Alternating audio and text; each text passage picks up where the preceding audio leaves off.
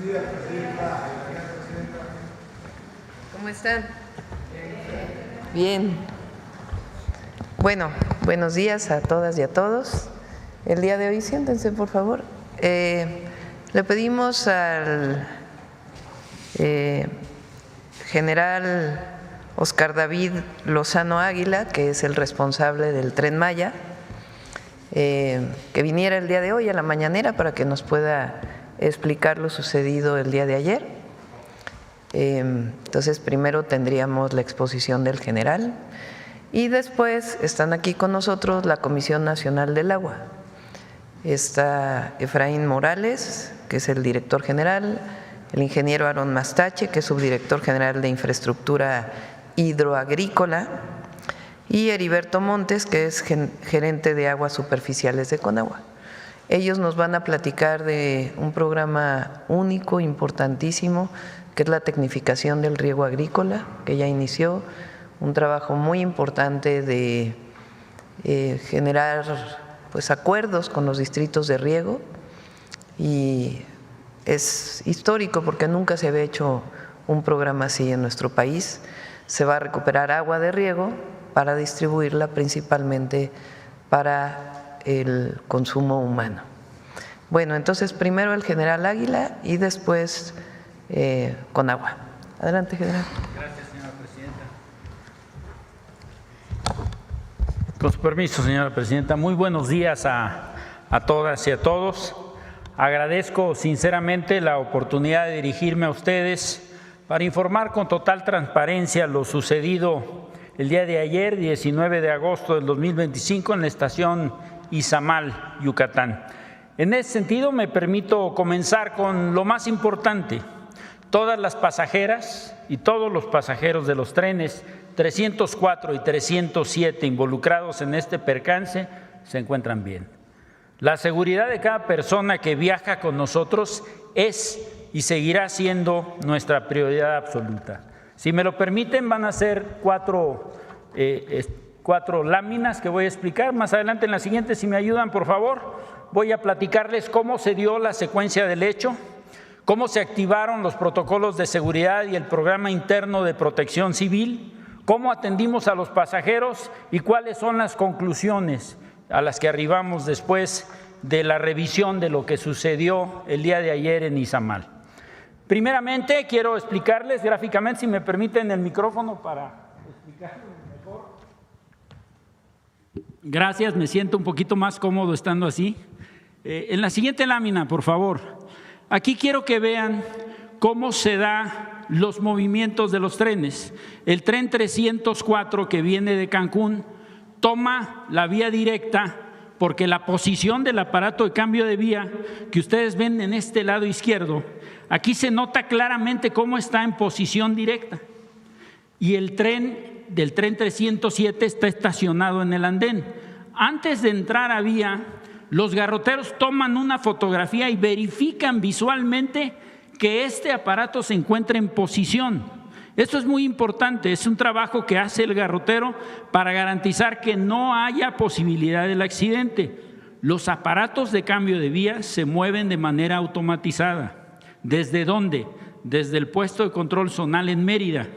De tal suerte que cuando el centro de despacho de trenes le dice al maquinista que es una mujer, le dice a Janet que avance, Janet visualmente verifica que esté en posición el aparato y entra con su tren. Este es lo que hace la entrada en la vía 4 y intempestivamente cuando pasa el segundo buggy del coche número 3, el aparato cambia de posición completamente. No es que se haya separado un poco la aguja. ¿Qué es lo que sucedió? Es una anomalía que tenemos que analizar porque eso no debería haber pasado en el diseño del sistema ferroviario. Entonces, si ustedes se fijan en la fotografía, la posición se pone completamente a la izquierda, ambas agujas, y entonces se pone en posición desviada. Y es lo que provoca que el coche número 3, el buggy número 2, es el que se sale de la vía. Por eso es un percance de vía, no es un descarrilamiento, porque solamente es un buggy del coche 3 el que se sale, y al salirse queda ligeramente recostado con el MC1 del tren 307 que estaba parado. Entonces, por eso es que se ve inclinado y el tren, el coche número 4, queda sobre la vía 2 completamente. No sale de la vía, queda completamente posicionado. Ahora, ¿qué es lo que estamos haciendo? En la siguiente lámina, por favor. La seguridad de los pasajeros, como lo dije, es el factor más importante para el Tren Maya. Inmediatamente después del incidente se aplicaron los protocolos de seguridad.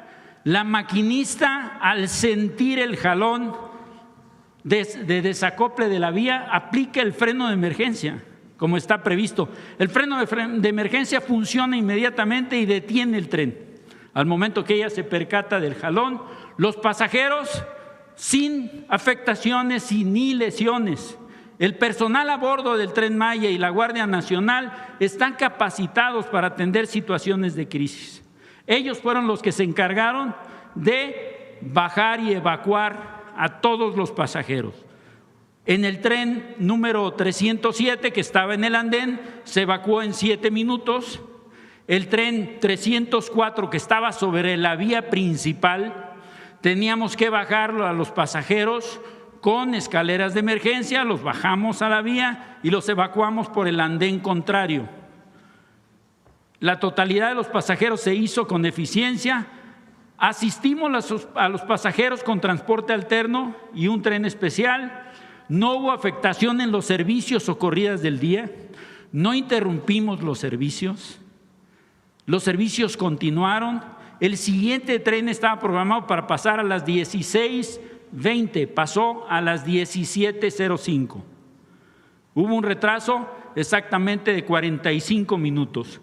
O sea, seguimos las operaciones, activamos de manera inmediata la Comisión Dictaminadora de Accidentes Ferroviarios de Tren Maya y también reportamos a la Fiscalía General de la República para que los peritos vinieran a hacer una evaluación de los daños y a verificar cuáles fueron las causas del percance de vía. Una vez que se determinen las causas del hecho, se van a establecer acciones correctivas para garantizar la seguridad de las personas y también de las operaciones del tren. En la siguiente lámina, por favor. Para dar continuidad al servicio de estos 261 pasajeros que viajaban en los 2 trenes, realizamos estas acciones. La Guardia Nacional auxiliaron a todos los pasajeros aplicando los protocolos de seguridad y el programa interno de protección civil de la estación Izamal.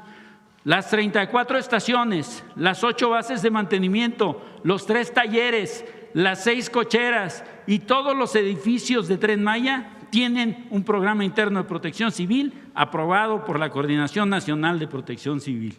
Activamos el plan de transporte de pasajeros, suministramos bebidas y alimentos a las personas que lo requirieron. 67 pasajeros nos dan un voto de confianza porque no se quisieron ir en autobús a Cancún. Dijeron, nosotros vamos a esperar un tren, queremos seguir en el tren. Y desde Izamal implementamos un tren especial, el 303, y esos 67 pasajeros se fueron a Cancún en el tren. 83 pasajeros se fueron en autobuses de Tren Maya al centro de Izamal, 110 también en autobuses del tren se fueron a Mérida, y uno en particular, una mujer de nombre Amanda, me dice, yo tengo que volar a Brasil y necesito llegar al aeropuerto de Cancún. Ella ha utilizado el tren para viajar en varias ocasiones y me dice, yo siempre he tomado este tren y he llegado a tiempo. Estaba desesperada. La llevamos al aeropuerto de Cancún y llegó con 40 minutos de anticipación y afortunadamente se fue porque si no hubiera tenido que pagar una penalidad de 35,000 pesos que ya había instruido que se le pagara en caso necesario. Tren Maya garantizó que estos 261 pasajeros llegaran a sus destinos a pesar del percance. Quiero decirles que la operación de Tren Maya no solamente participamos los que trabajamos en la empresa. Tenemos un equipo de 80 asesores especialistas de empresas extranjeras que tienen muchísima experiencia en el manejo y la operación de trenes de pasajeros en España y en Francia y trabajan con nosotros. Además, hemos transportado 1.536.000 pasajeros en el tiempo que llevamos en operación. Hemos brindado 7.975 servicios de manera exitosa. 2 son los que no hemos podido concluir y pudiéramos sumar, como estos fueron 2 trenes, decimos que son 3. Hemos recorrido casi 3 millones de kilómetros con nuestros trenes y el día 17 de agosto logramos ya subir en un solo día 7.124 pasajeros y estamos haciendo para llegar por los 8.000. Estoy seguro que conforme al plan que tenemos de operación vamos a lograr alcanzar los 13.000 pasajeros por día que tenemos programados para alcanzar el punto de equilibrio. En la siguiente lámina, por favor, como conclusión del percance. Primero, cumplimos con los protocolos de seguridad. La tripulación actuó correctamente. Nuestros pasajeros están bien.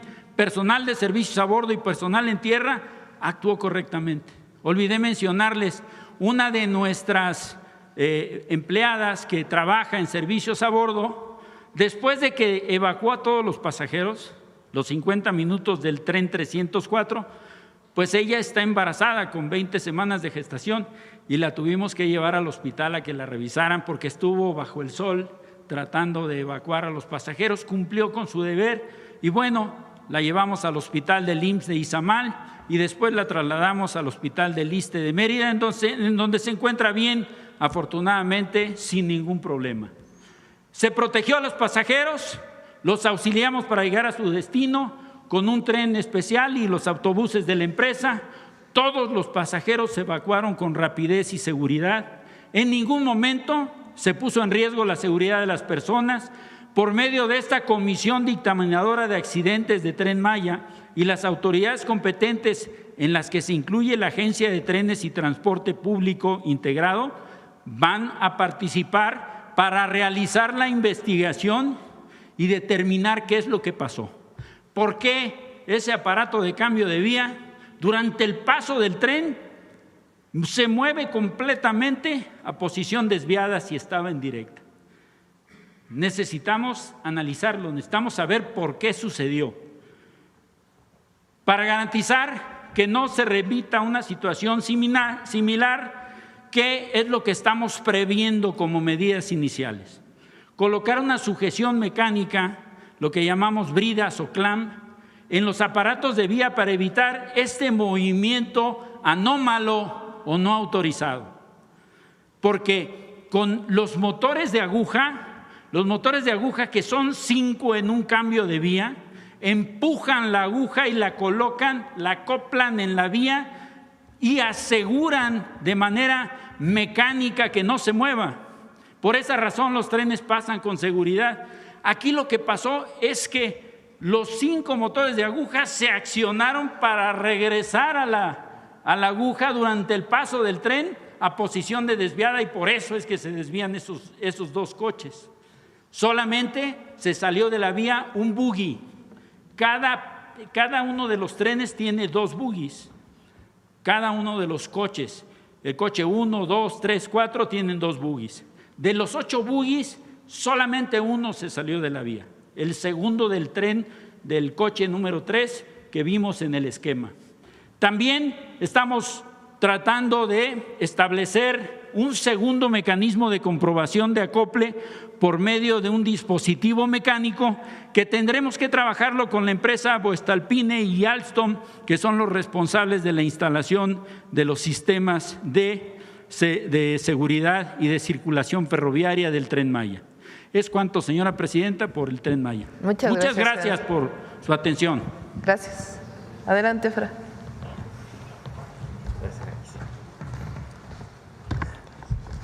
Adelante. Con su permiso, presidenta, muy buenos días a todas y a todos.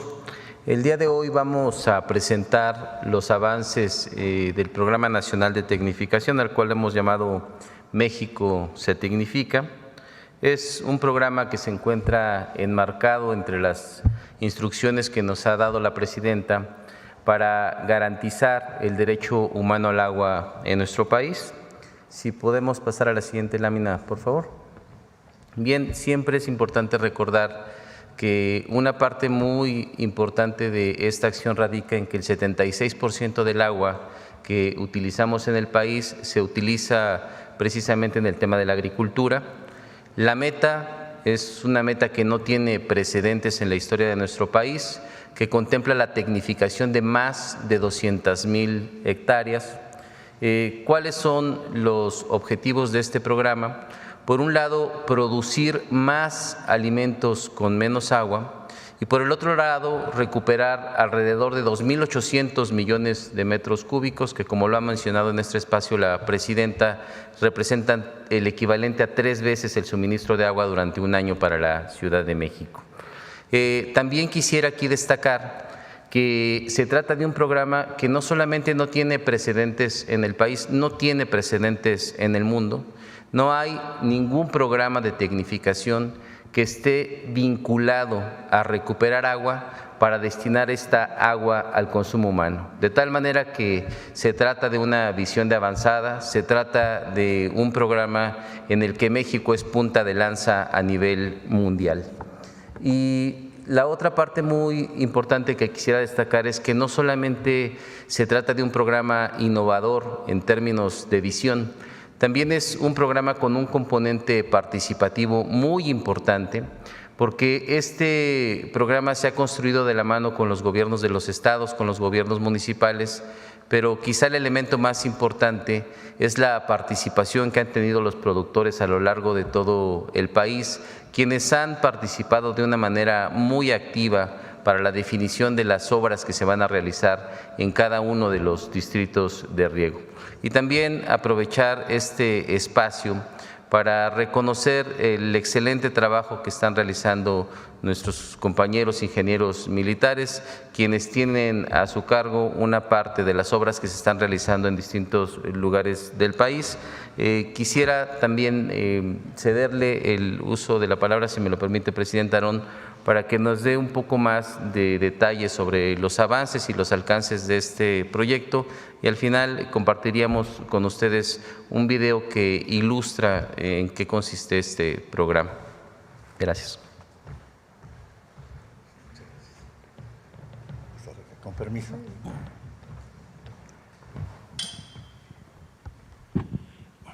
Muchas gracias. Con su permiso, presidenta, primeramente aprovechando la oportunidad para mandarle un mensaje a los productores del campo. Los usuarios de riego de nuestro país son asiduos de esta conferencia mañanera. Saludos, muy buen día. Bueno, con este programa, ¿cuál es la problemática que vamos a atender? Pues ya a nivel técnico son la atención a canales deteriorados que conducen el agua hacia las zonas de riego, canales de tierra, donde se pierde y se infiltra mucha agua, presas derivadoras que están dañadas, atender compuertas que están en mal estado, que se filtra el agua, y también una cosa muy importante es atender un sistema de riego que es como lo que ustedes están aquí apreciando, que es un sistema de riego por inundación, que es agua rodada, donde se pierde muchísima agua por infiltración y por evaporación. Adelante, por favor. Tenemos dos grandes componentes para la tecnificación del riego. Uno es la tecnificación de la infraestructura mayor. ¿Qué es eso? Es toda la infraestructura de conducción del agua que viene de las presas y que va hasta la parcela. Aquí nosotros estamos recuperando hasta el 40% del agua que se conduce desde la presa hasta la parcela. ¿Qué estamos haciendo? Estamos haciendo revestimiento de canales, los estamos entubando también, el agua estamos entubándola, estamos instalando compuertas automatizadas para evitar también pérdidas de agua, y estamos también instalando sistemas de medición, porque lo que no se mide no se controla. Otro gran componente que tenemos es la tecnificación ya en la parcela, ya donde está el propio productor, donde estamos recuperando hasta el 55% del agua. ¿Qué estamos haciendo ahí? Estamos nivelando tierras para que el agua se distribuya de manera homogénea y uniforme, estamos revistiendo canaletas, Estamos instalando tuberías que se le llaman multicompuertas, sale el agua dosificada. Y estamos también utilizando el agua de manera presurizada. Tenemos sistemas de riego muy importantes por goteo, por aspersión y por microaspersión. Adelante. Esta parte yo diría que es como el corazón del programa. Voy a detenerme un poco para explicarlo. Cuando se origina este programa, la idea fue atender aquellas zonas urbanas que tienen problemas de abasto de agua potable. Entonces se definieron zonas de riego que tenemos en distintos lugares del país, que están cercanos a centros urbanos donde tenemos problemas de abasto de agua potable. Voy a poner algunos ejemplos. Por ejemplo, el primero que está ahí, el distrito de riego de Pabellón en Aguascalientes, pues está atendiendo todo este trabajo que estamos haciendo con ellos, es recuperando volumen para otorgarla y para darle esta agua a Aguascalientes y su zona metropolitana, por dar un ejemplo, que tiene fuertes problemas de abasto de agua. Los siguientes son los 3 distritos que tenemos en el Valle del Mezquital, en Hidalgo, el 03 de Tula, el 100 de Alfajayucan y el de Jacuba. Aquí, como ustedes saben, la zona metropolitana del Valle de México pues está creciendo de manera exponencial y sobre todo la zona de crecimiento va hacia el estado de Hidalgo. Pero también obviamente tenemos crecimientos muy altos en el estado de México y algo en la Ciudad de México. Esto es también para recuperar volumen de agua para estos lugares. En Chihuahua tenemos 2 distritos de riego, en Delicias y en Valle de Juárez. Me detengo un poco en el Valle de Juárez porque está muy cercano a Ciudad Juárez, que tiene también problemas fuertes de abasto de agua para consumo humano, y vamos a apoyar también con esta recuperación de volúmenes. También tenemos los 2 distritos de riego que estamos apoyando en Sinaloa, uno en el norte, que es el de Río Fuerte y en Mochis, y otro en Culiacán, en la zona centro. Y también destaco el que sigue, que es el del Alto Río Lerma en Guanajuato. Aquí este distrito de riego estamos trabajando de manera paralela, también dentro de la Conagua, la construcción de un acueducto que va de la presa Solís a León, que nos va a servir esta agua que vamos a recuperar del distrito de riego para otorgar agua a Celaya, Salamanca, Irapuato, Silao y León. Es decir, aquí inclusive se está trabajando ya de manera paralela para tener el uso de esta agua en el muy corto plazo. Tenemos el distrito de riego de Morelia, también para apoyar con agua a la ciudad de Morelia, el distrito de riego 020. Los 2 distritos fronterizos allá en Tamaulipas para apoyar con agua a las importantes ciudades de la frontera ahí de Tamaulipas con Estados Unidos, Matamoros, Río Bravo, Reynosa. Un proyecto que inició desde la administración pasada con el presidente López Obrador, el proyecto de agua saludable para la laguna, que el agua que viene para ese proyecto se deriva de la recuperación de agua del distrito de riego de la comarca lagunera. Los 2 distritos de riego que están en la zona sur de Sonora, el distrito de riego que está en la zona del río Mayo, el distrito 38, y otro que está en el Valle del Yaqui. Y también tenemos un distrito de riego que abarca todo el estado de Morelos para abastecer de agua a la zona metropolitana de Cuernavaca, Cuautla y Jojutla. Estos son los principales focos de intervención del Programa Nacional de Tecnificación de Riego. Adelante. ¿Qué avances llevamos hasta este momento? Quiero decir que hemos venido trabajando ya desde el primer día de este gobierno, ya llevamos 10 meses en operación y ya tenemos 6 proyectos en ejecución. Los primeros 5, como mencionaba hace un rato, director general, los estamos trabajando junto con el apoyo de los ingenieros militares de la Sedena.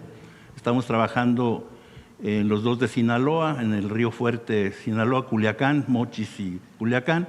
También estamos trabajando ya en Tamaulipas, en los 2 distritos de riego fronterizos, 025, 026, y estamos trabajando ya en Guanajuato, en el distrito de riego 011, y también estamos trabajando, completando la tecnificación al 100% del distrito de riego 01 en Pabellón, Aguascalientes, que es el primer distrito de riego que hubo en nuestro país. Y adicionalmente a estos 6 proyectos, tenemos ya 10 que están en licitación.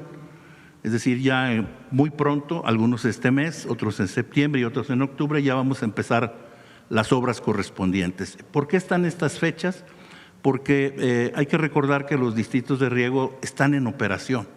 Es decir, estamos tecnificándolos, pero también están produciendo alimentos. Entonces, tenemos que hacerlo de manera muy coordinada con los productores para que no lastimemos y no afectemos la producción que ellos tienen. Adelante. Adicionalmente, estos lugares, dijéramos, prioritarios, estas zonas de intervención, a nivel nacional, en las demás zonas de riego, el Gobierno de México estamos apoyando con subsidios también para fortalecerlos, tanto en consecución de maquinaria, infraestructura, y estamos otorgando, ya tienen estos recursos, 1.659 millones de pesos, que también cabe resaltar que estos recursos tienen contraparte, es decir, los usuarios ponen la otra mitad y el gobierno del Estado. Es decir, que en este programa podemos duplicar o hasta triplicar los recursos en los distritos de riego adicionales a los donde estamos interviniendo de manera prioritaria. Bueno, la inversión en total, decíamos, son alrededor de más de 60,000 millones de pesos en toda la administración. Muchas gracias. ¿No van a informar del programa? ¿Del programa para apoyos? Okay. Bueno, preguntaba si ya era toda la presentación. Bueno, esta es la presentación, es un programa muy importante y se ha hecho en colaboración con los agricultores, con los distritos de riego. Más de 60,000 millones de pesos en todo el gobierno para recuperar, vamos a decirlo así, el triple de lo que se consume en un año en la Ciudad de México, para poderlo distribuir a las zonas urbanas para que todas las mexicanas y mexicanos puedan tener acceso al agua. Bueno, vamos con las preguntas. ¿Tienen un video de esto? Adelante. Para tecnificar 200,000 hectáreas de riego agrícola, ¿qué vamos a obtener con esto? Mayor productividad en el campo, es decir, vamos a sacar agua de riego para dársela a la gente, ahí donde hace falta el agua. El Gobierno de México ha puesto en marcha el Programa Nacional de Tecnificación de Riego, único en el mundo, ya que transformará el campo mexicano para aprovechar cada gota de agua y que el ahorro se pueda destinar a consumo humano. En nuestro país, el 76% del agua se utiliza en el sector agropecuario. Sin embargo, de esa cantidad, el 34% se pierde debido a que la infraestructura de riego se encuentra en malas condiciones y casi la mitad de los canales son de tierra, lo que provoca pérdidas por filtración y evaporación. Por eso, nuestra meta es modernizar más de 200,000 hectáreas, superficie mayor al total de la Ciudad de México y el doble de Hong Kong. Con una inversión de más de 60,000 millones de pesos a lo largo del sexenio, fortaleceremos la soberanía alimentaria al producir más alimentos con menos agua. Para lograrlo, ya se realizan obras integrales que incluyen el revestimiento y entubado de canales, el mejoramiento de caminos y el equipamiento de plantas de bombeo. Además, se contempla la reubicación de pozos profundos, la construcción de canaletas y la instalación de sistemas de riego por goteo, aspersión y microaspersión, así como la nivelación de tierras. En total, el programa beneficiará a 225,000 productoras y productores agrícolas, modernizando la infraestructura para ahorrar la mitad del agua que se utiliza en la actualidad. Hasta el día de hoy, ya comenzaron los trabajos en Alto Río Lerma en Guanajuato, en Bajo Río Bravo y Bajo Río San Juan en Tamaulipas, en Culiacán, Humaya en Sinaloa y en Pabellón, Aguascalientes. Con esas acciones se incrementará de manera significativa la producción de maíz, frijol, jitomate, chile, cebolla, papa, garbanzo, sorgo, trigo y otros cultivos fundamentales en la mesa de nuestros hogares.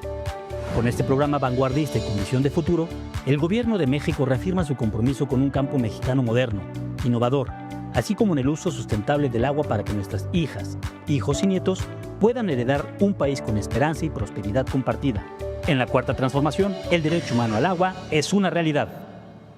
Gobierno de México. Muy bien. Adelante, vamos con las preguntas. A ver, con agua. Buenos días, Presidenta. Hans Salazar, de Noticiero en Redes. A propósito y aprovechando la presencia de pues los servidores públicos de Conagua, pues quisiera preguntar lo siguiente.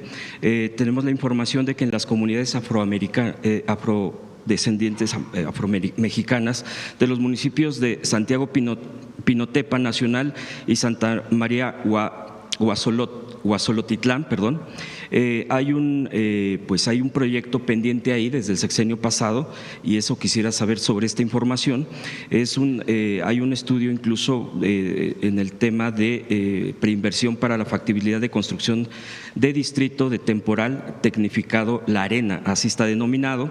Este proyecto, bueno, pues es de hace unos años que no se ha podido concretar de acuerdo a la información que tenemos, y sería la pregunta si se tiene. Esto es como objetivo desarrollar infraestructura hidroagrícola que permita aprovechar técnicas de riego tecnificado y asesorías productivas, y busca mitigar daños provocados por fenómenos meteorológicos extremos como los huracanes que ha habido y que afectaron severamente a la población de esta zona y su cultivo.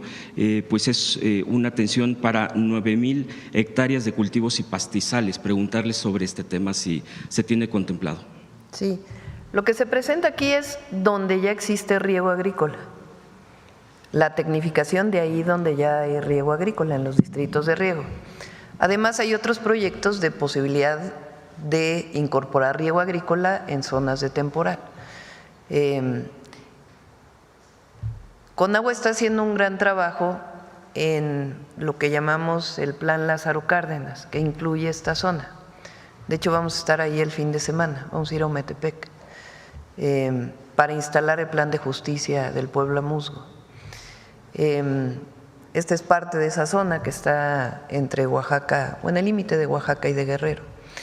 Entonces, ahí se está haciendo rehabilitación de plantas de tratamiento, en fin, varias acciones que está haciendo Conagua, y consideramos esta que estaba planeada. ¿Le puedo proporcionar la información? Sí, por favor. Bueno, dejar la información. Sí. Y también preguntar sobre, también tenemos la información de que en la comunidad de San Miguel Bocanegra, Zumpango, en el Estado de México, hay pobladores, hay aproximadamente de 3,000 pobladores habitantes, enfrentan desde hace 3 años, ellos así lo externan, una crisis de desabasto de agua debido a que el único pozo en el que contaba ha quedado obsoleto e insuficiente para cubrir las necesidades de esta población, y bueno, ellos están pidiendo la autorización de la perforación de un nuevo pozo. Preguntarles sobre este tema, si es que tienen contemplado o qué pudieran responderle a esta población, por favor. Sí, decir que en toda la parte de Hidalgo y de la zona metropolitana del Valle de México estamos desarrollando un proyecto bastante ambicioso que tiene que ver con dotar de agua potable, de obras para prevenir inundaciones y también para el saneamiento del río Tula. Dentro de este plan que se está desarrollando tenemos una estrecha comunicación con los municipios y con el gobierno del estado, y se han estado priorizando todas las obras. De ese caso en particular te pasamos la información, ahorita si quieres al final nos dejas el dato. Gracias. Pero decir que estamos detectando precisamente todos estos pozos que se encuentran en una condición de deterioro para poder rehabilitarlos, y forma parte de este plan integral que además contempla una inversión bastante considerable. Muchas gracias, director. Le agradezco. Gracias, Presidenta. Y puedo preguntarle de otro tema.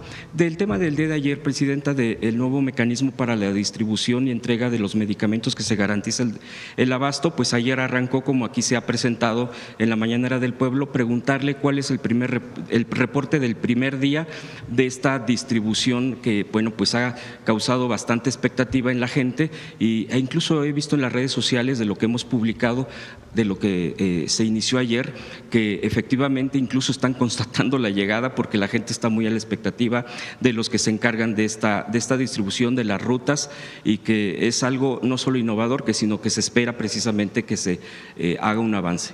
Sí, a ver si tienes un videito ahí, ¿no?, que nos mandaron los del IMSS Bienestar ayer. De los 8,061 centros de salud que hay en el país del IMSS Bienestar, ayer se entregaron medicamentos e insumos médicos en 3,043 centros de salud de las 23 entidades. En su primer día, este avance de entrega representa el 37,75% de unidades de primer nivel surtidas. En total se entregaron 3.801 kits de medicamentos e insumos médicos y vamos a pasar son videos que nos mandaron del proceso del día de ayer.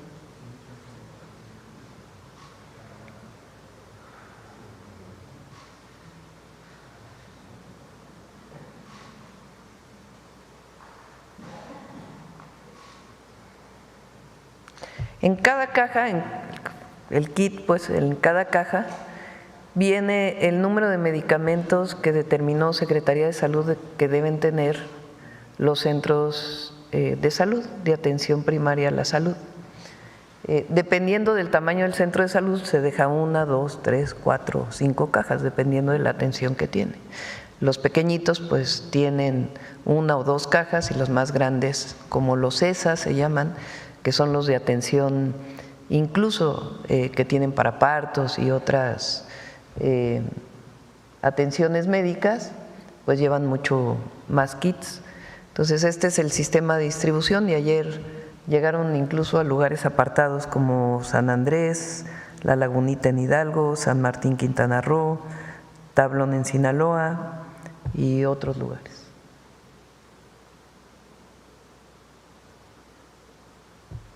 Listo. Y ya para el cuidado de precisamente que se esté entregando y que no haya lo que antes había, que eso era se llegaban a veces los medicamentos, pero empezaba la corrupción. Había comités y todo este tipo de vigilancia, ¿verdad? ¿Aún? Sí. IMSS Bienestar tiene hoy un equipo territorial, vamos a llamarle, que se consolidó ahora que entramos al gobierno. Entonces, IMSS Bienestar tiene un director por estado.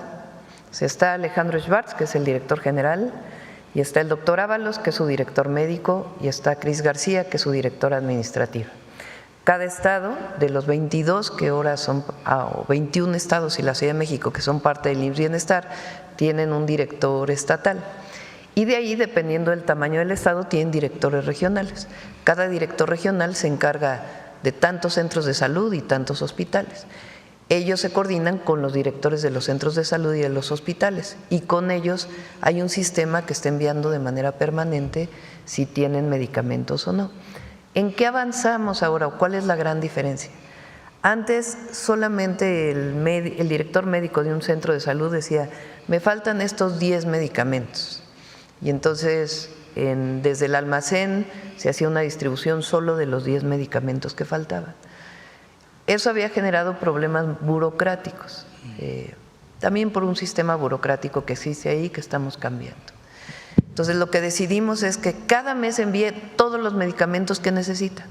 A lo mejor van a tener medicamentos de más, pero es mejor eso a que no haya el medicamento que a lo mejor se acabó al día siguiente de que lo pidieron. Entonces, cada mes reciben todo el paquete de medicamentos que necesita, que determinó la Secretaría de Salud, que deben tener todos los centros de atención primaria.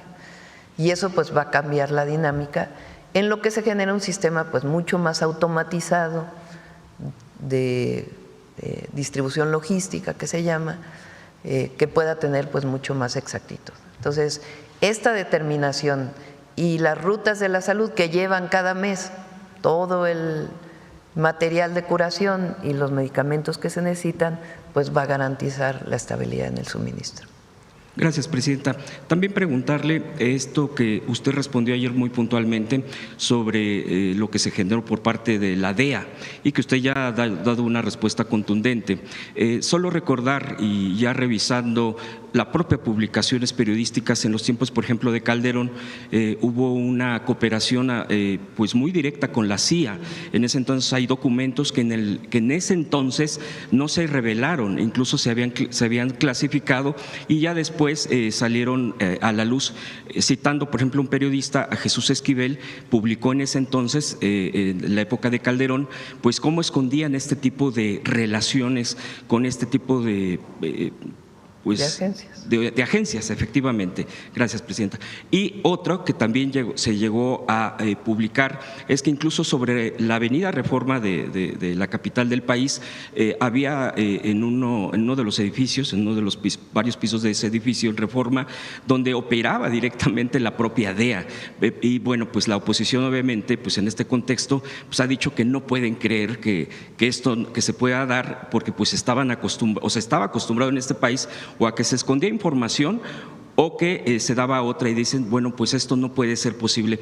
Preguntarle, Presidenta, concretamente, ¿qué vistas y qué respuesta usted daría a esta situación de dudar de que se está defendiendo, se está haciendo respetar la soberanía, y que todo indica que también desde el gobierno pasado del expresidente López Obrador, pues dicen había enojo en ciertas, no sé si personajes o de las propias agencias, por el respeto y las reglas claras que se tenían? ¿Qué hay sobre esto y qué respondería? Recuerden incluso un episodio de un miembro de la delincuencia organizada que fue detenido en Cuernavaca, Morelos. No fue detenido, fue ultimado. Sí. No, Beltrán. Exactamente. Y sacaron una fotografía del episodio de ese momento. En ese entonces, era Calderón presidente, espurio, no me lo puedo aguantar, porque así fue. Sí. Informa en ese momento lo que era la Secretaría de Seguridad Pública a cargo de García Luna, de ese operativo, y unas horas después la DEA dice fue un operativo donde participó directamente la DEA. Este era un esquema en donde se permitía que las agencias de Estados Unidos participaran de manera directa en los operativos. Nosotros no permitimos eso desde el periodo del presidente López Obrador. Se puso un límite.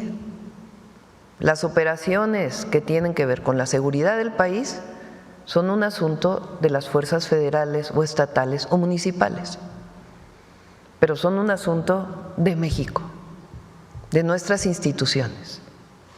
Se puede colaborar en el sentido de que den información.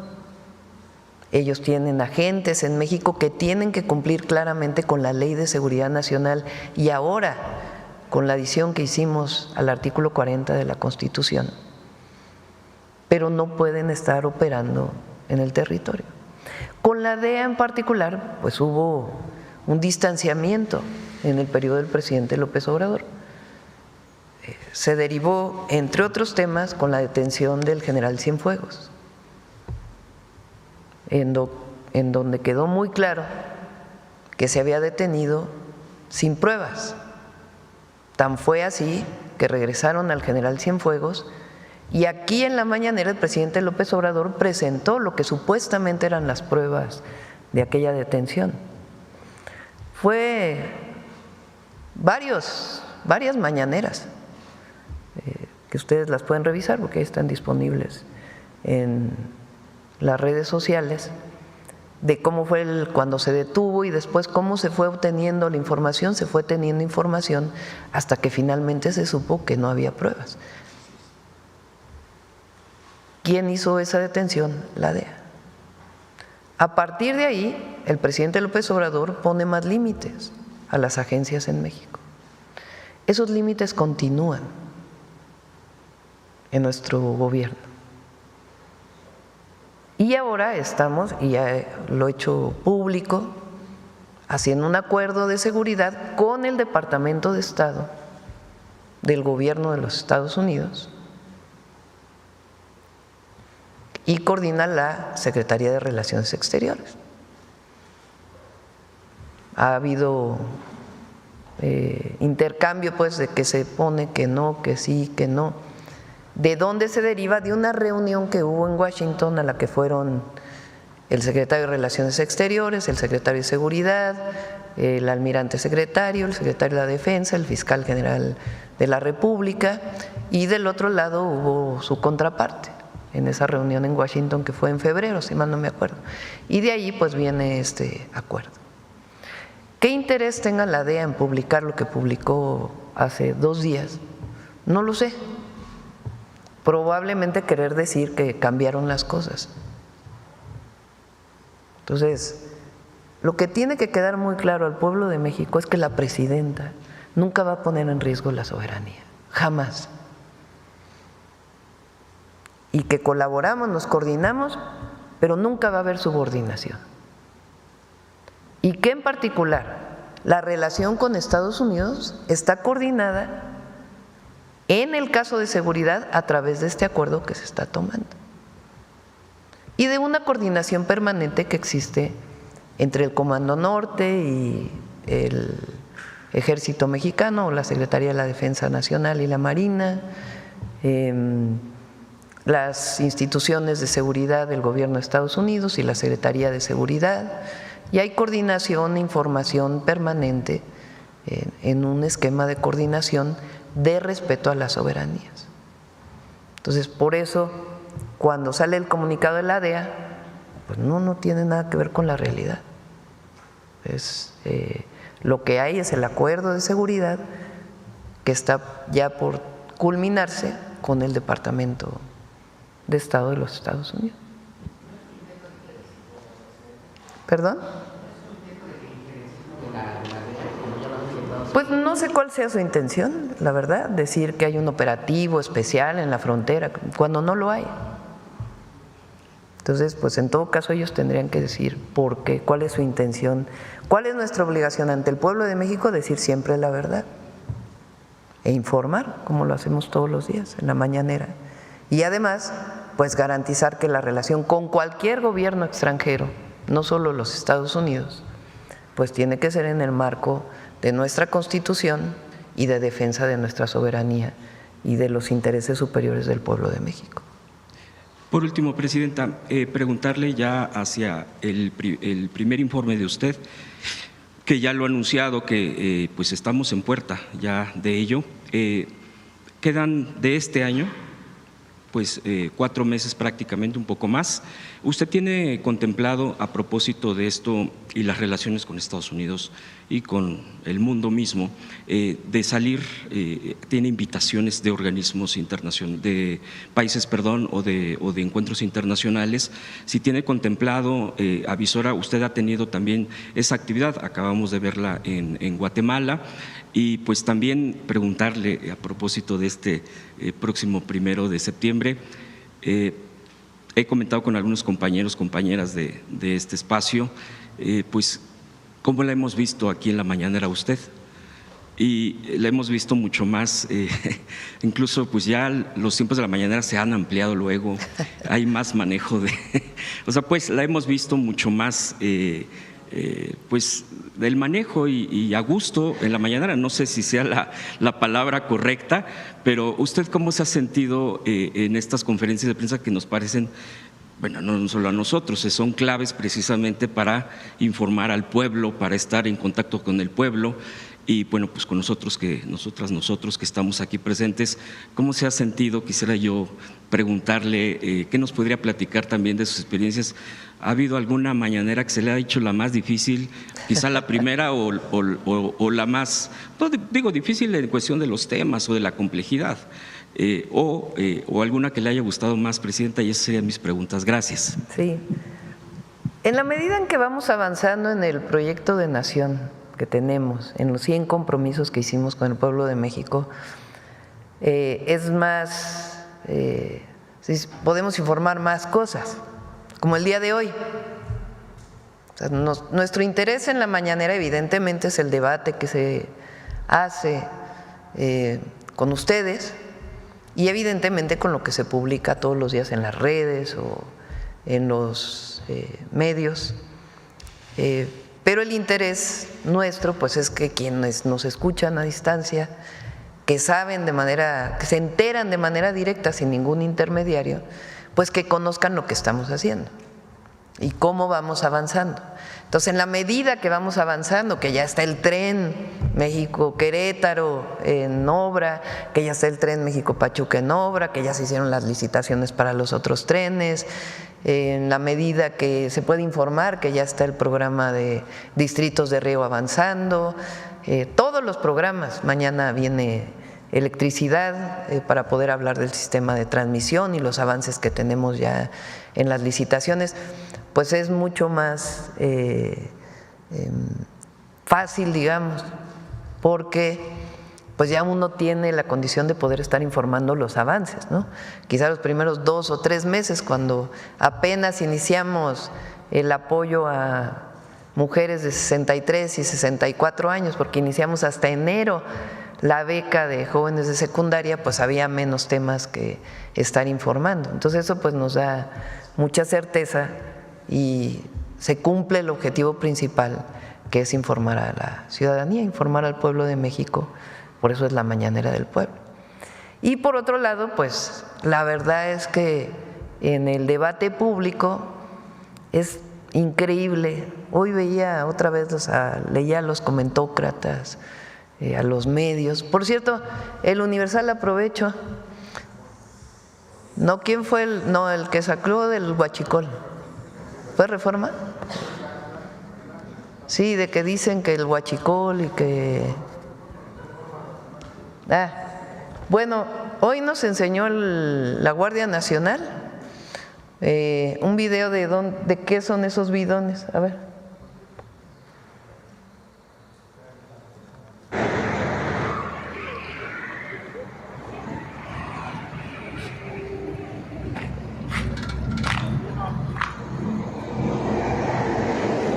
Es agua. O sea, acusan de que la Guardia está cargando gasolina de huachicol, según estas, ¿no? El Reforma. Y esa es una parada en donde lavan vehículos. No la Guardia, sino personas que tienen ahí su pequeño negocio para lavar vehículos. Entonces, el lugar donde dicen que está parada la camioneta de la Guardia cargando gasolina ilegal, pues en realidad no tiene nada que ver, son unos bidones que tienen agua y que es para lavar. Por ahí hay una foto, ¿no? Se lavan agua. Entonces, ¿de qué sirve la mañanera? Pues para esto. Porque la verdad es que, digo, se puede tener una opinión distinta a la del gobierno. Somos un país libre. Que los comentócratas opinen en contra de nosotros no pasa nada. El problema es cuando dicen mentiras, ¿no? Cuando dicen mentiras de que Beatriz se fue a vivir a España, o cuando dicen que se carga huachicol en la carretera y es agua para lavar el vehículo, o cuando sacan que los gasolineros están en 8 columnas, ¿no? A ver si tienes, por cierto, el desplegado, que sacan que unos gasolineros están en contra del gobierno porque los estamos presionando y que no sé qué, y al otro día salió un desplegado de la mayoría de los gasolineros. No lo había presentado. Párate hasta abajo para que se vea quiénes son los… De todos estos, diciendo no, estamos trabajando muy bien con el gobierno. Entonces, ¿de qué sirve la mañanera? Pues para poder decir que hay mala leche que no es información, es propaganda utilizando, ¿cómo dice Miguel Elorza? Mentira. Hoy nos toca el detector de mentiras. Gracias. No, pues allá ellos, ¿no? Fíjense, tanto que hay. Ayer, ¿no? Con lo del Tren Maya. Pues ya explicó el general Águila lo que pasó. Se hizo un comunicado muy temprano. No, bueno, pero la andanada, ¿no? Ahí en las redes están buscando que, pero pues no.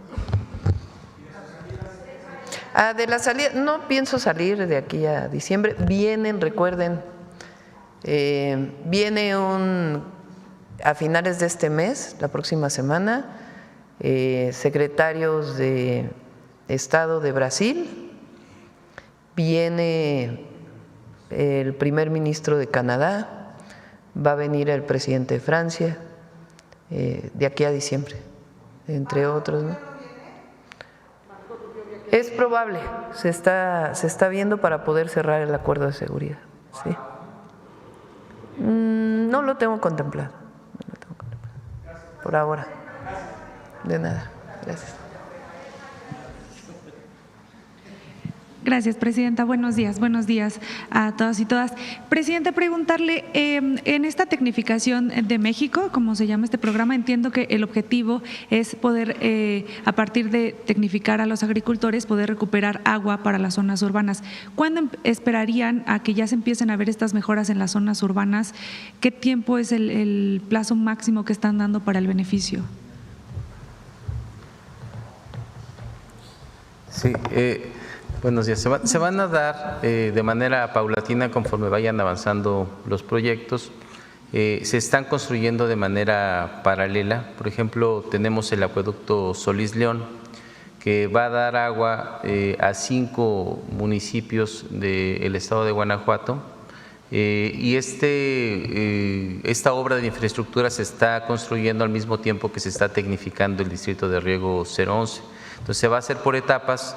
Y una vez que vayan concluyendo las etapas de tecnificación, también van a ir concluyendo los tramos de la obra y en ese momento se va a empezar a suministrar agua. Tenemos otros muy emblemáticos como el de agua saludable para la laguna, que es el distrito 017, es una obra que abastece a 5 municipios de Coahuila y 4 municipios de Durango. Aquí en este momento se están construyendo las redes troncales para proporcionar agua a 5 municipios de Coahuila, los 4 de Durango ya están conectados y al mismo tiempo estamos llevando a cabo el programa de tecnificación, es decir, se van a ir complementando de manera paralela. Algunos proyectos van a tener en su ejecución 2 años y algunos otros van a durar durante todo el sexenio. Lo importante es que en este acuerdo que se ha generado con los productores, el volumen que se va a recuperar ya se encuentra comprometido y establecido y conforme se vayan concluyendo las obras se van a ir notando los avances en cada una de las comunidades. Gracias. Le agradezco, director.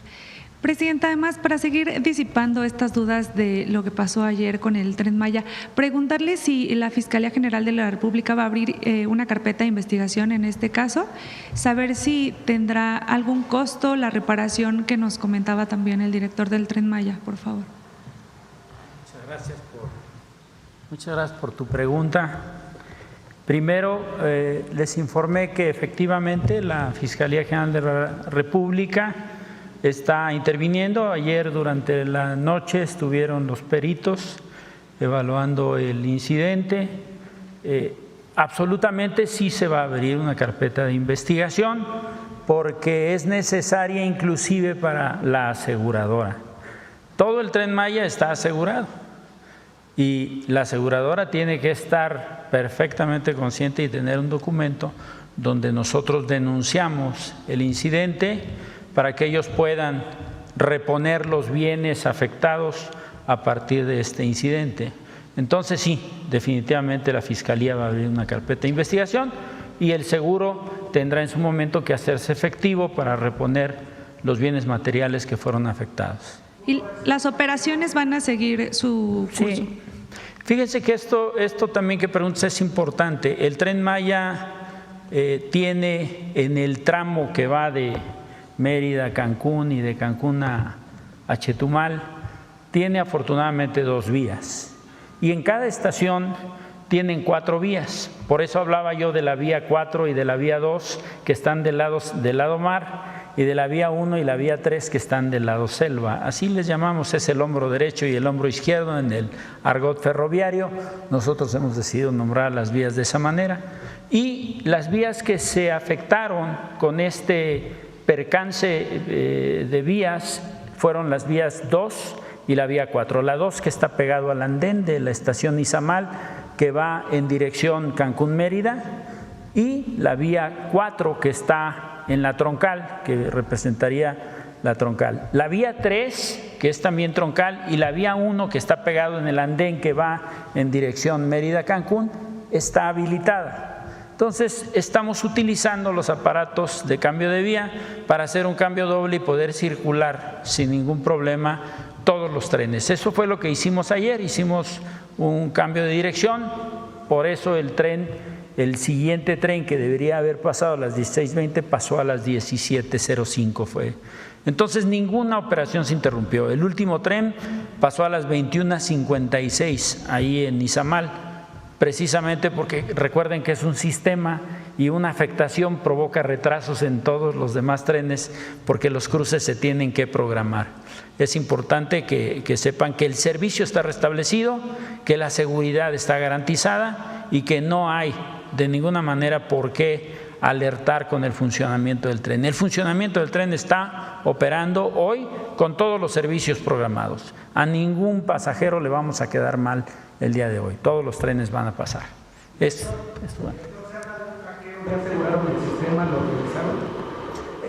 ¿Me puede repetir la pregunta? Se habla de un supuesto hackeo al sistema del Tren Maya. ¿Ustedes ya revisaron el sistema o activaron el protocolo? Sí, el sistema como tal, el sistema de señalización ferroviaria, es un sistema que está a cargo de Alstom.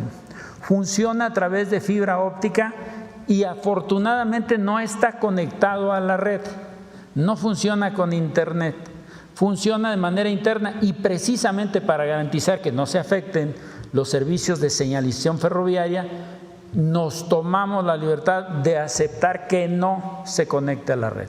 Inclusive todas las instalaciones que están dedicadas para los sistemas ferroviarios, que son 107 casetas, que son cuartos técnicos principales y auxiliares que están en las 34 estaciones, en las bases de mantenimiento, en los talleres, y las instalaciones que nosotros tenemos también como los puestos de control principal o central, los puestos de control zonales, que son 4, todos esos sistemas y la base de datos secundaria están integrados de manera armónica y no tienen conexión a un sistema de internet público. Esta es solamente como un intranet, como funciona a través de la fibra óptica, no hay posibilidad de hackearlo.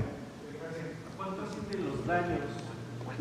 Todavía no han sido cuantificados los daños.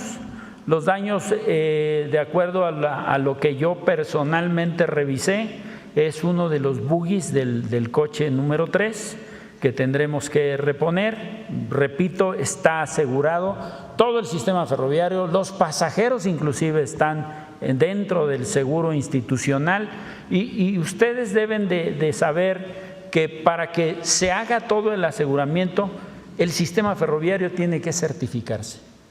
Hay una entidad que se llama Evaluador Independiente de Seguridad que revisa todo lo que está construido. Debemos de presentar el dossier de calidad de cada obra, de cada pileta, de cada uno de los componentes de los viaductos, de los puentes, de la infraestructura, de los terraplenes, de las vías, de las estaciones, que se tienen que certificar por ley.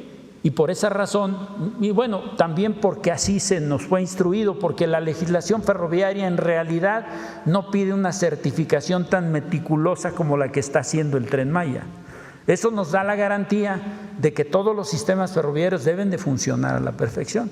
Por eso es importante que lo que se determine de lo que sucedió el día de hoy, de que los motores de aguja empujaron a la aguja a posición desviada, tiene que resultar de la revisión de las comunicaciones, lo que sucedió en el puesto de control zonal, lo que atestiguaron los conductores, la propia Janet, que es la conductora. Tenemos solamente 2 mujeres, me da mucho gusto, hubiera querido tener más, pero bueno, 2 mujeres y a ella le tocó desafortunadamente tener que enfrentar este evento y creo que lo hizo con mucha entereza y lo hizo perfectamente siguiendo los protocolos.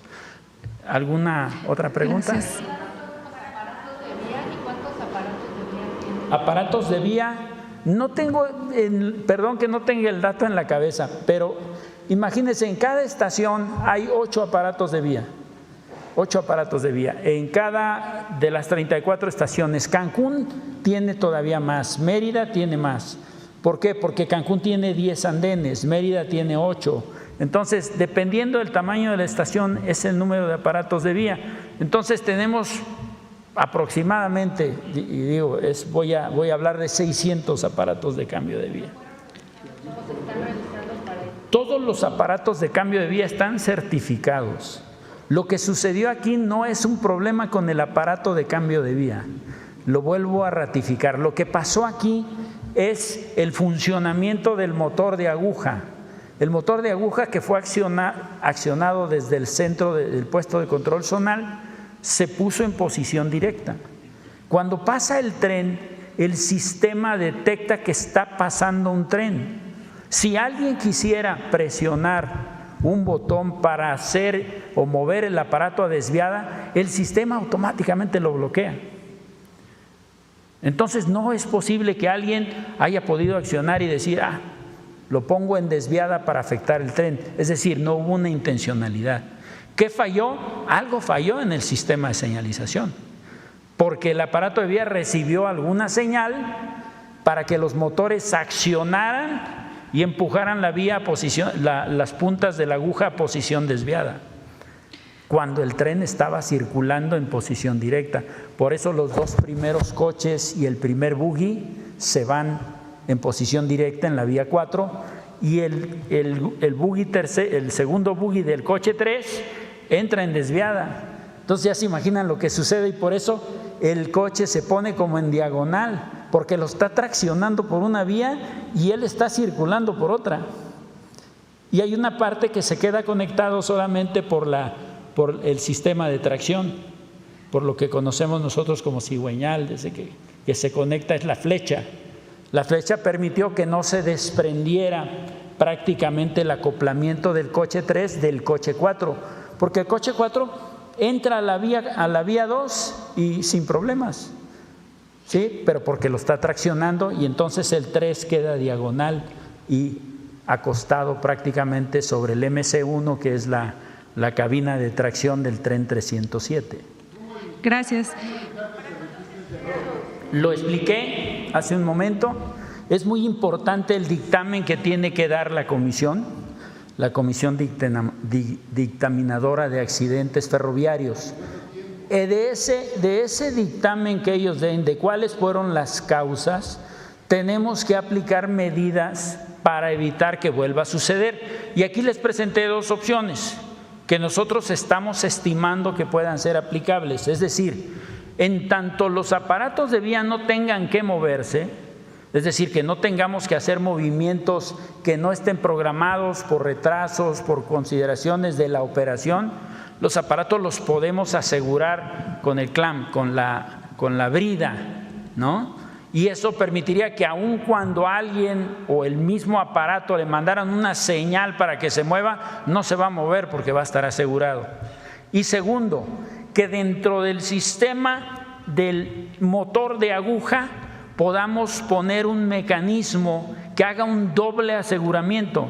Lo que hace ahorita es cuando se desplaza la aguja, el motor de manera neumática empuja la aguja y fija, entra un seguro para fijar que no se mueva la posición de la aguja y de esta manera permanezca en la posición directa o en la posición desviada. Si además de eso le metemos un seguro adicional, es posible garantizar que no se vuelva a presentar un caso. Lo que buscamos es 0 incidencias. No me gusta comparar, pero en todos los países, y les voy a hablar de España, en el 2022, 175 casos similares como el que enfrentamos nosotros en un año. En Estados Unidos, más de 1,600 casos de descarrilamientos en diferentes lados con consecuencias diferentes. Alguien mencionaba el Brightline, que no ha tenido incidencias, pero el hecho de chocar con un vehículo es una incidencia. No lo podemos minimizar. Es importantísimo que también se mantenga la seguridad. ¿A qué apostamos en el Tren Maya? A la seguridad a través del confinamiento, a la seguridad de los sistemas de señalización ferroviaria, a la seguridad que otorgan los puestos de control automatizados. Estamos enfocados y tenemos aparte la seguridad física que nos da la Guardia Nacional. Para nosotros lo más importante es la seguridad y la vamos a mantener, y el compromiso del Tren Maya, el compromiso de la Defensa Nacional, el compromiso del Gobierno de México es que todos los trenes de pasajeros ofrezcan un servicio con 0 incidencias. Nosotros fallamos ya 2 veces, pero no debemos de fallar en el futuro. Tenemos que alcanzar el 0 incidencias. Y eso nos va a ayudar la certificación de calidad, nos va a ayudar todo el análisis que se haga ahorita de lo que sucedió, y seguramente que la Fiscalía va a seguir su investigación, abrir la carpeta, y si hubiera responsables, pues tendremos que enfrentar a la autoridad en su momento, aquellos que hayan cometido algún error. Perfecto, entonces, esa es la situación. No sé si hubiera… Muchas gracias. No le escucho. ¿Cómo se haría? En el caso del tren ligero se maneja, aparte del automático, hay una palanquita, que es el doble aseguramiento. Carlos Guzmán, de 4 Media Telecomunicaciones. Buen día, director. Le comentaba, el ejemplo que yo tengo más cercano es el del tren ligero Ciudad de México. A raíz de que sucedió hace algunos años, se acuerda la doctora Sheinbaum, un accidente, una salida de vía, vaya. ¿En dónde? En el tren ligero. En la estación tasqueña hay una palanquita que desde entonces le puso, ese es el que nos decían que es el doble aseguramiento. Es el automático y es el manual que cuando llega al tren ligero hace el cambio de vía, se jala una palanquita y automáticamente una parte del riel cambia hacia el otro lado. Es preguntarle si en el caso del Tren Maya, en lo que se averigua la causa, lo que pasó, se podría poner un aseguramiento manual para que, aunque tarde unos minutos más, se tenga más seguridad para que el tren pueda manejar eso. Gracias. Creo que no me expliqué bien hace rato. Cuando me refería a poner un aseguramiento físico, me refería a colocar la brida. Ese es el doble aseguramiento. El primer aseguramiento es el que hace el motor de aguja cuando asegura y fija la aguja. Pero si además físicamente llega un garrotero e instala un candado, una brida, que es lo que tú sabes, ese es el segundo aseguramiento. Obviamente, ¿qué implica? Pues implica desplegar muchísima gente para hacer ese aseguramiento.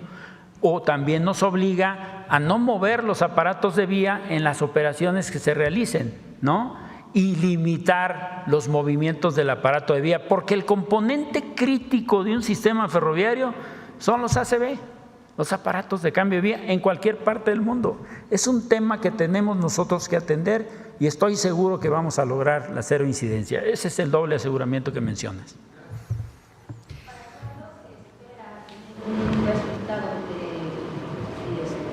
De la dictaminación, estimamos que sea un proceso aproximado de 15 días, intervienen muchos técnicos, es una cuestión de análisis técnico profundo que tiene que hacer de todo lo que sucedió. Se analizan, como decía, las grabaciones, las órdenes que se dieron en el centro de despacho de trenes, en el puesto de control zonal, lo que contestaron los maquinistas, lo que sucedió en el evento y qué fue lo que reportaron, si se aplicaron o no los protocolos, todo se tiene que revisar. ¿Por qué sucedió esa llamada para hacer el cambio del aparato de vía? ¿Debido a qué? Si fue una deficiencia del sistema de señalización ferroviaria o fue alguien lo accionó, no lo sabemos. En este momento sería muy riesgoso decir qué sucedió. Lo único que les puedo decir es que esa comisión dictaminadora tendrá que informarnos cuál es el resultado, porque para nosotros es muy importante garantizar la seguridad de nuestras operaciones y sobre todo la seguridad de nuestros pasajeros.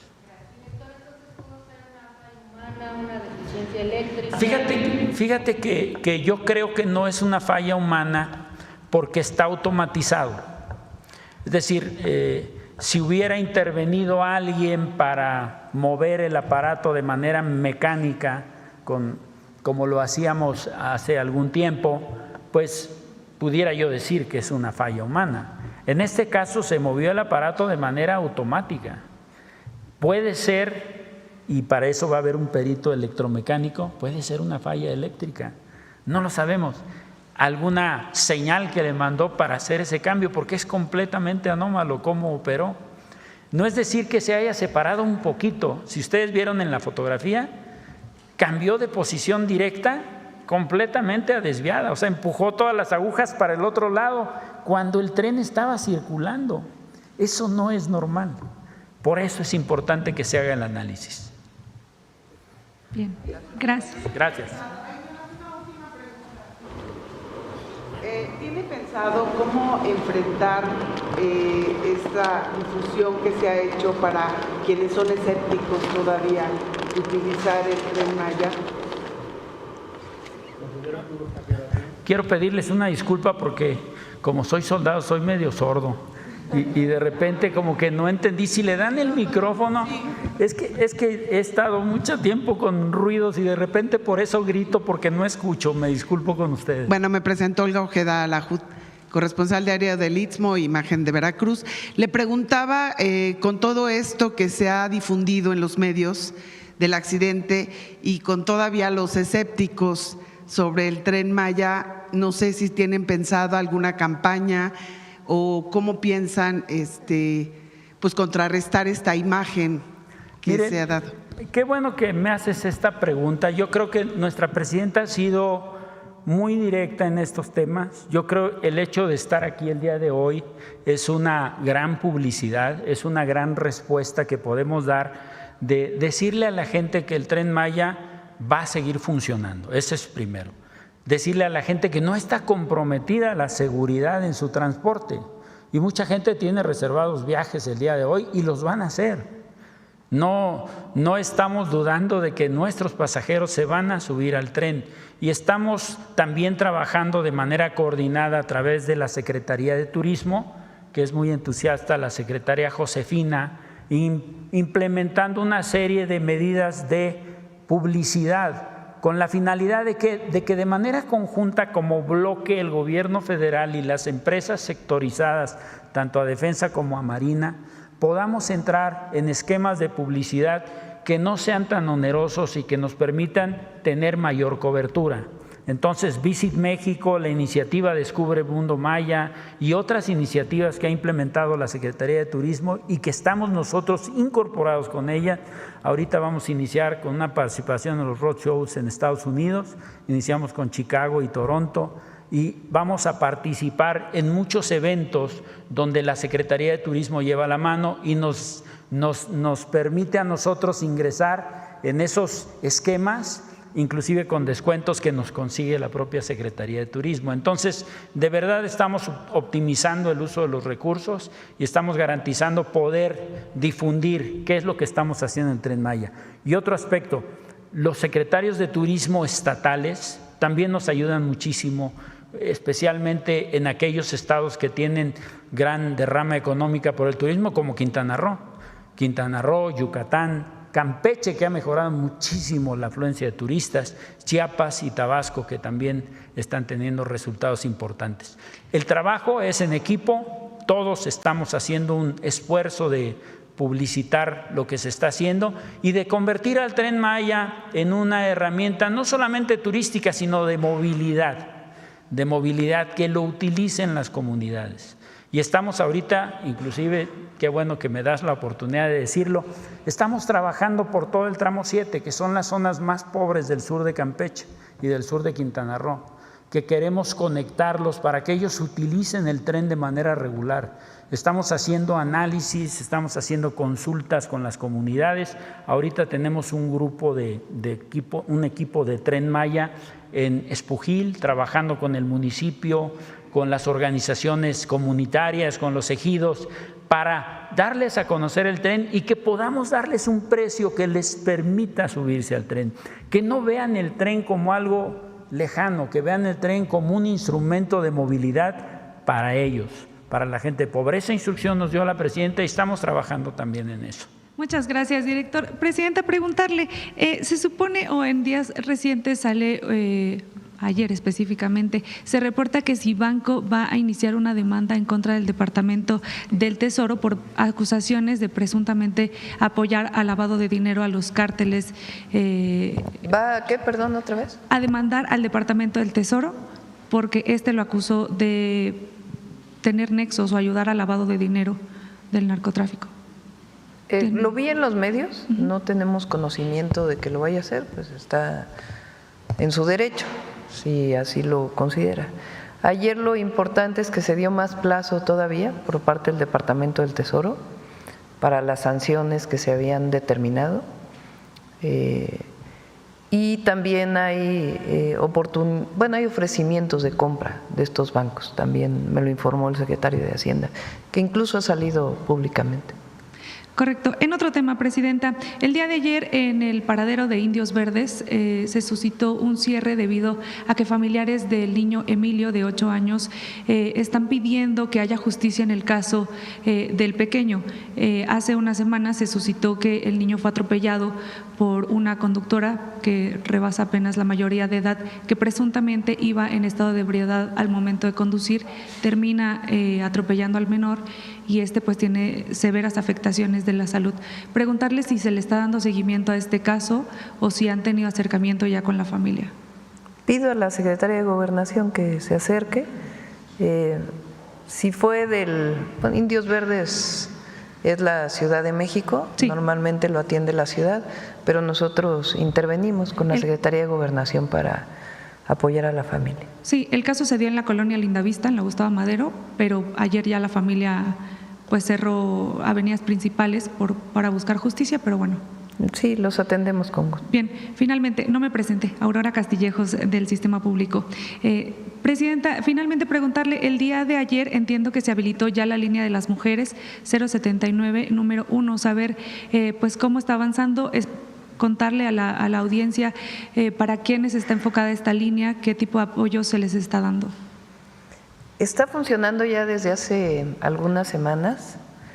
Lo anunció aquí Citlali, si hay un asunto de emergencia por violencia o asesoría o alguna necesidad de alguna mujer, vinculado principalmente por una situación de violencia, puede marcar el 079 y una vez que le contestan apretar el número 1 y ahí hay una serie de telefonistas que están capacitadas y saben a dónde dirigir la llamada. No es solamente la atención en ese momento, sino que si es una situación de emergencia de algún lugar del país, se comunica de inmediato con el 911 de algún estado de la República, con la Guardia Nacional, con la Policía, con la Secretaría de las Mujeres o Instituto de las Mujeres de los estados.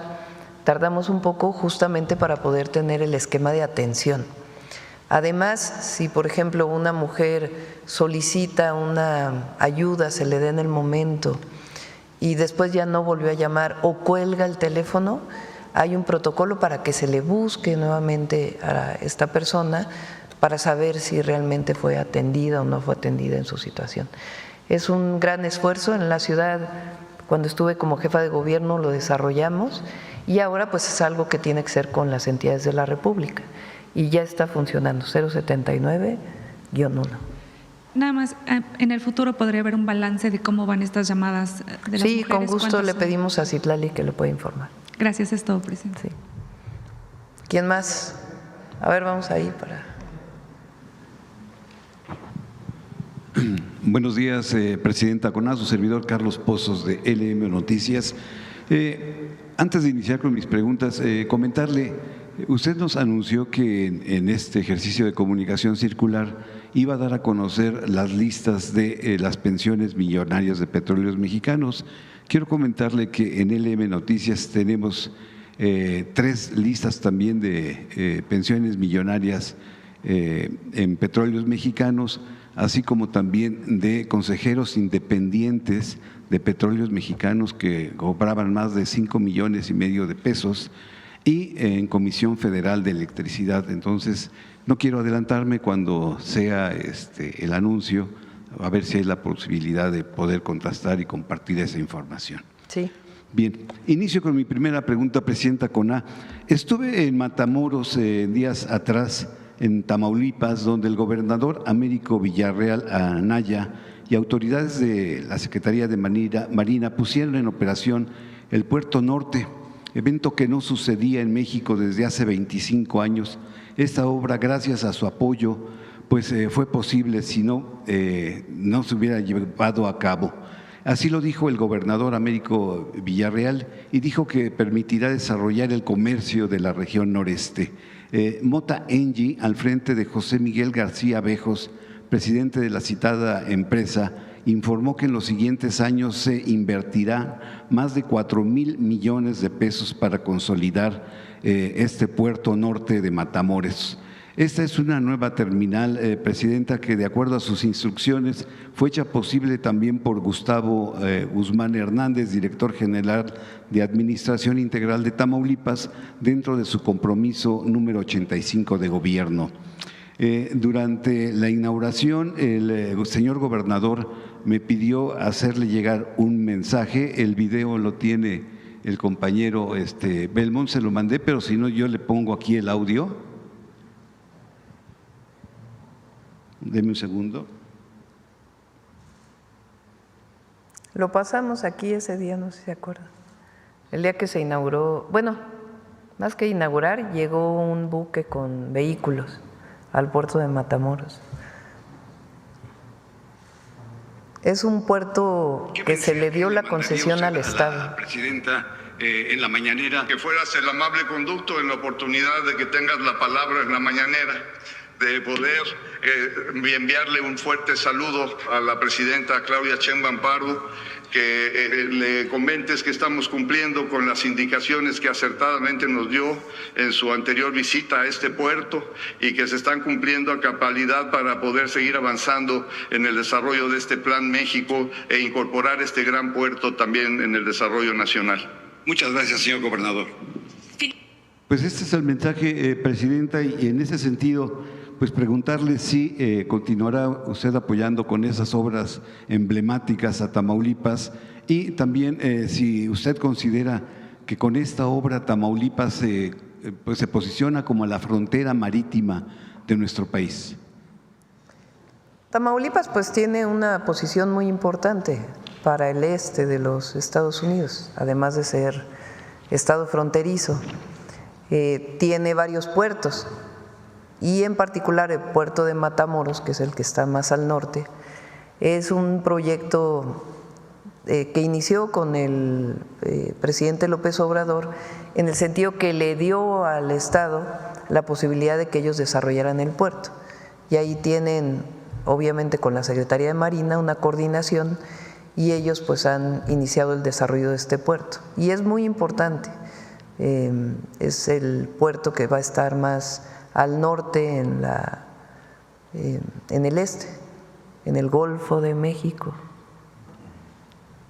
Bien, como segunda pregunta, Presidenta Coná, el pueblo me pide que le pregunte, estamos justo a un año de el Mundial de Fútbol 2026. En la televisión continúa el emporio de Televisa, le sigue TV Azteca, pero también las cosas han cambiado luego de 39 años del Mundial de 1986. Hay nuevos jugadores, está Grupo Milenio de Televisión, Grupo Imagen Televisión, Grupo Heraldo Televisión, el Sistema Público de Radiotelevisión del Estado Mexicano, Canal 11, Canal 22, el Canal del Congreso, la Televisión Mexiquense, la Televisión de Veracruz, Televisión de Puebla y muchas opciones más. La pregunta es, Presidenta, para todos los mexicanos y visitantes extranjeros del Mundial en el 2026 puedan ver los partidos de fútbol, ¿qué sucederá? En 1986 la transmisión se le dio en exclusiva a Televisa. Ahora con nuevos jugadores en la televisión mexicana, ¿qué acuerdos ha llegado la CEGOP con la FIFA? ¿A quién se le dará la concesión de la transmisión total o parcial o se fraccionará? E incluso TV Azteca, que no paga impuestos, ¿podría ser beneficiada con la transmisión? Eso lo determina la FIFA.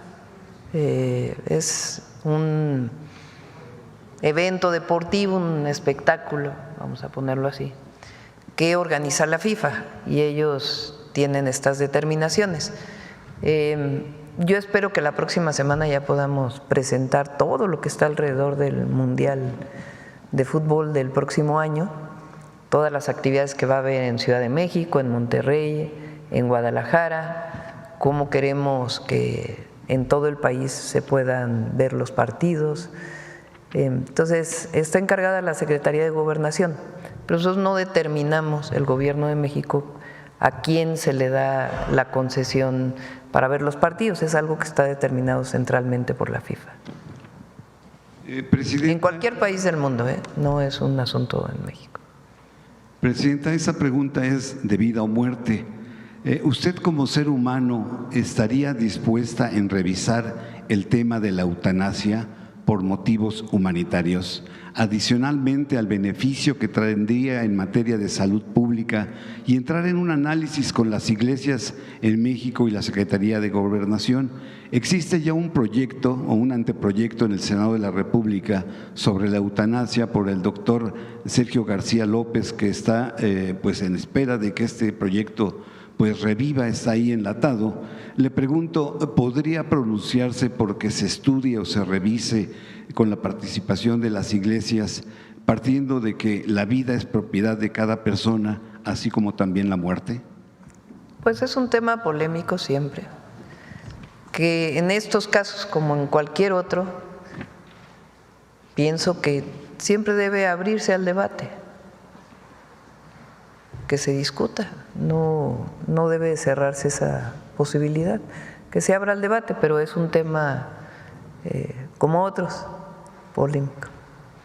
Y finalmente, Presidenta, ante la gran cosecha de medallas y la extraordinaria participación que han tenido los clavadistas mexicanos en el último campeonato mundial en Indonesia, por desgracia solo los clavados tenemos éxito, pero en el resto de las disciplinas de la misma federación. Una medalla también en nado. Sí, no solo fue clavados, fueron varios. Pero faltan otras disciplinas dentro de la federación que están de natación, que están siendo abandonadas. Este es el caso desde hace 4 décadas, con menos recursos. El polo acuático tiene 6 años sin tener una sede, y los padres de familias de los deportistas pues tienen que estar pagando pues lo que le correspondería a la CONADE.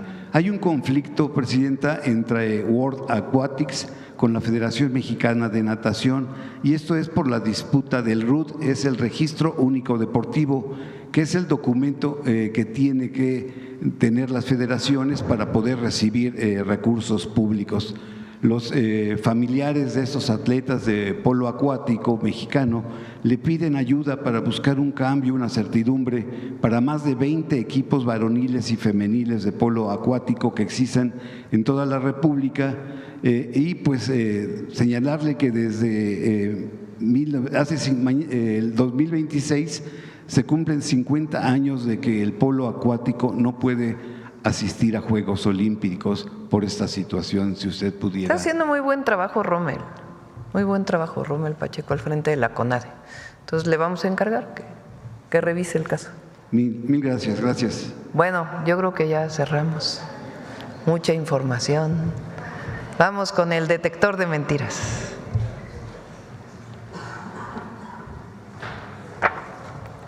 Con su permiso, Presidenta, buenos días a todas y todos. ¿A quién puede molestarle que más de 13 millones de mexicanas y mexicanos salieran de la pobreza entre 2018 y 2024? Luego de que el INEGI diera a conocer los resultados de la medición de la pobreza multidimensional, políticos de oposición, comentaristas y medios de información lanzaron mentiras para poner en duda la metodología del INEGI e incluso la hazaña del modelo económico de la Cuarta Transformación. Veamos el video del detector de mentiras de esta semana.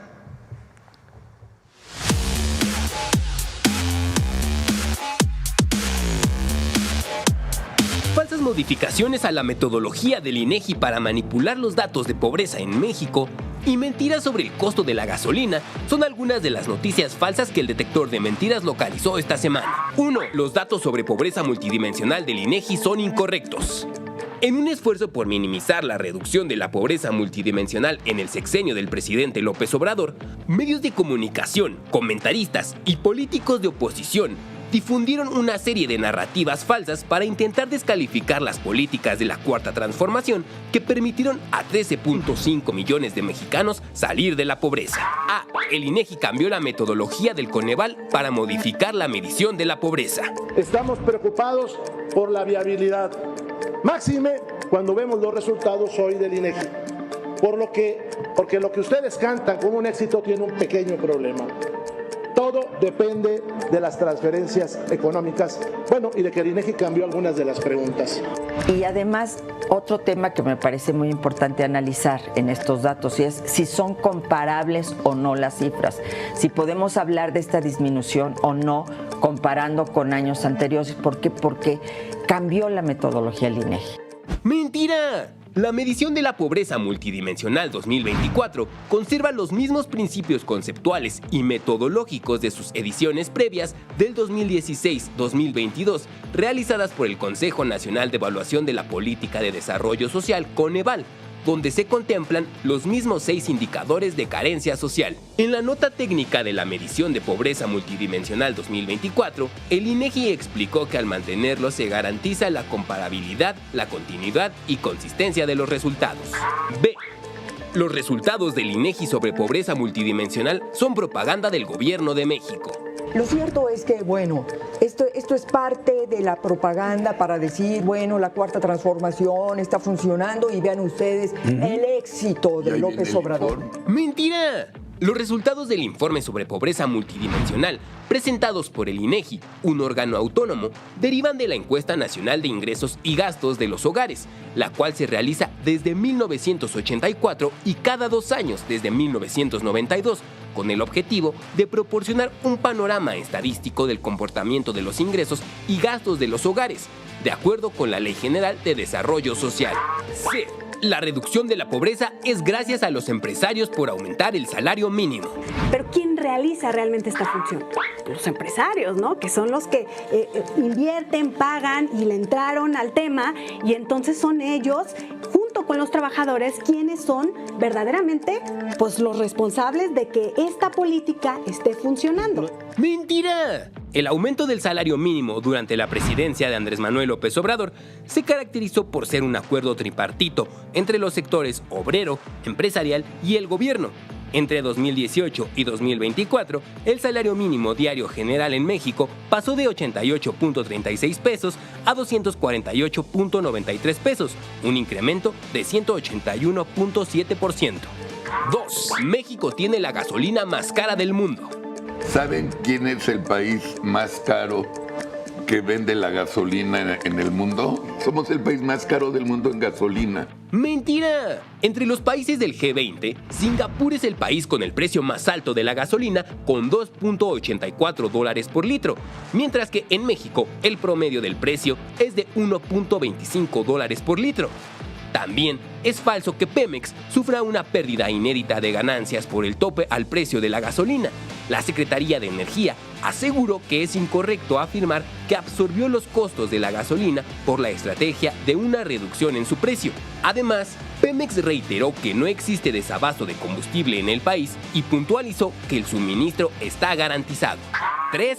Bonos, créditos o préstamos a nombre de los programas para el bienestar. ¡Mentira! La Secretaría de Bienestar alertó sobre la existencia de páginas falsas y mensajes fraudulentos en WhatsApp que ofrecen bonos, créditos o préstamos a nombre de los programas para el bienestar. La titular de esta secretaría, Ariadna Montiel Reyes, recordó que todos los trámites son gratuitos y directos a través de la tarjeta del Banco del Bienestar, sin intermediarios, e hizo un llamado a la ciudadanía a no caer en fraudes y mantenerse informada en los canales oficiales.